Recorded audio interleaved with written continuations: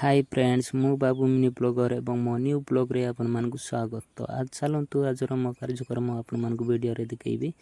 तो मु सकाळु टिकी आज कराउची जो प्रकार तो बाबली सकाळ सकाळ रोसी करबी बोली कर तो पानी बसैला पर पानी गरम हे गला तो चाउल टिके तिला सेटा मो दई बारे लागिली डस्ट टिके बहुत थिला तो पैसा दरे जो चाउल दिया हो सेटा सेदरे टिके डस्ट रही जाउती तो मु सब एमती चाउल को 2 ରୁ 3 थर बोल से हाथ रे घसी घसी सफा करी देबे जहाँद्वारा कि डस्ट देव से सब पलैब। तो मु 2 ରୁ 3 थर सब दई नेली चाउल देखो तो टिके जस्ट कुद अच्छे से भी सब पलैब भलसे घसी घसी करदे टिके जो खराब चाउल गुड़ा सब बासला देखो हाथ में पकईली से सब काढ़ी फिंगी देली देखी पारे सब भात जमी सीझा हम सेमती पूरा देखा जाऊँगी। तो देखिपे गाइस तो खराब चाउल जगह थोड़ा से सब गाड़ी फिंगी देवे। तो आज मो न्यू वीडियो आपण मानकु केमती लागिला जदि वीडियो भल लागिथिबो निहाती लाइक शेयर सब्सक्राइब करदेवे। तो आज रही समस्त को जय जगन्नाथ।